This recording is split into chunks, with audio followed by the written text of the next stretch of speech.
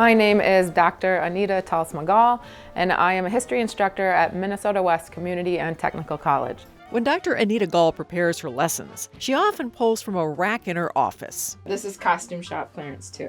To make history come alive for her students, Dr. Gaul dresses in character. She's played a feudal lord while teaching the Middle Ages. She's arrived in the classroom as a suffragette for a lesson on the female fight for the vote, taught the American Revolution clad as a colonist, lectured as a Southern belle, a Gibson girl.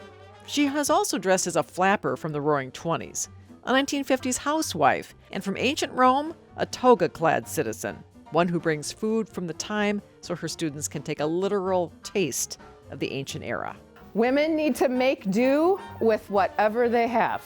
On this day, she's costumed in a homemade house dress that reflects a difficult period in American history. The Great Depression makes female fashion go, although to be fair, I still don't have to wear a corset. Look at how I can bend. Even you are excited about that. Anita's excitement about history is genuine and contagious to her students. You could tell she's like a history nerd. You could tell she loves history and loves her job and loves what she's doing. She really makes the class fun. Her classes are like 2 hours long, and I know for some students having a class that long is so dreadful, but she just makes it go by so quick. I call it making history come alive because I want students to realize that history is not just one damn fact after another. History is music, it's art, it's poetry, it's fashion, it's film, it's art. History is all of the stuff of life. While that stuff can be messy, Anita doesn't shy away from controversy. Her own research has illuminated little-known events that took place nearby. When I teach Minnesota history, I talk about, hey, the Klan was really active here in the 1920s. Or, hey, did you know just up the highway in Avoca, we had a Native boarding school. This is history that has largely been forgotten because people wanted to forget it or it got swept under the rug. Everybody's story is part of history. The classroom cannot contain Dr. Gaul's passion for her subject.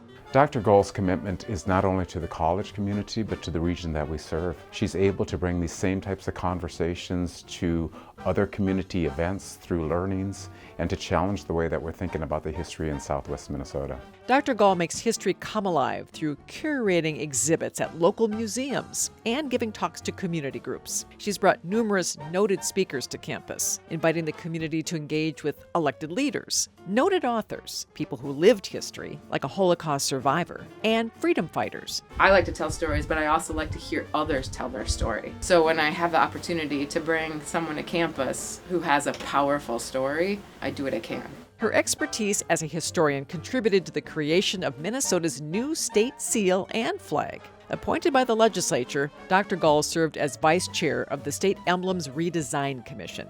This is not wheat, it's our state grain, wild rice. The significance of the gold bars, 87 for the 87 counties, plus 11 for the tribal nations. For her students at Minnesota West Community and Technical College, her region, and her state, Anita Gaul uses and shares her knowledge to give context to the past and to show its relevance in contemporary lives. The only word I can think of when I think about Dr. Gaul is just great. She's a very monumental person in my life. I love you, sir.